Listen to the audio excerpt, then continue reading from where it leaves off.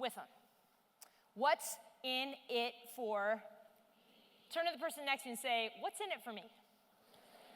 Yeah, now ask the person on the other side of you, what's in it for me? Okay, great.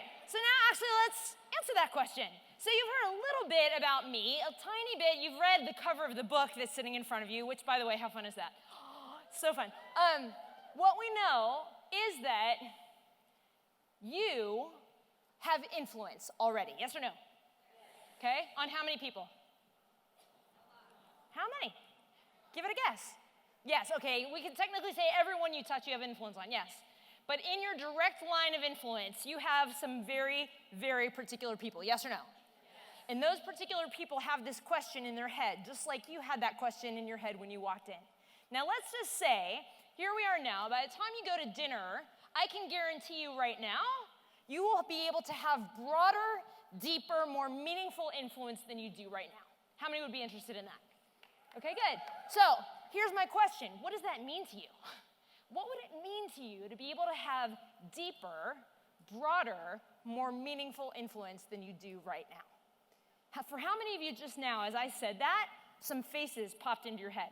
Like actual faces of people who you'd like to have that kind of influence on, yes? How about a face of somebody who you've been trying to get through to but haven't been able to, yes? Okay?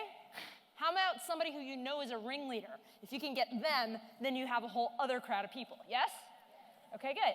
So if you would, stand up. I'll continue with my story in a moment, but first let's just make sure we're on the same page. When I say go, if you would, share with somebody just nearby the following. For you, what would that kind of influence mean? To have deeper, broader, more meaningful influence. What could you do with that? What could it tap into for you? What would it enable you to do? To teach? To push in terms of results and impact? And if some faces popped into your mind, you don't have to name names, but explain that a little bit, okay? So this is the part where, everyone take a deep breath. Let it out. You've gotten a lot of information today, yes or no? Yes. Some pretty exciting information, by the way, yes? Yes.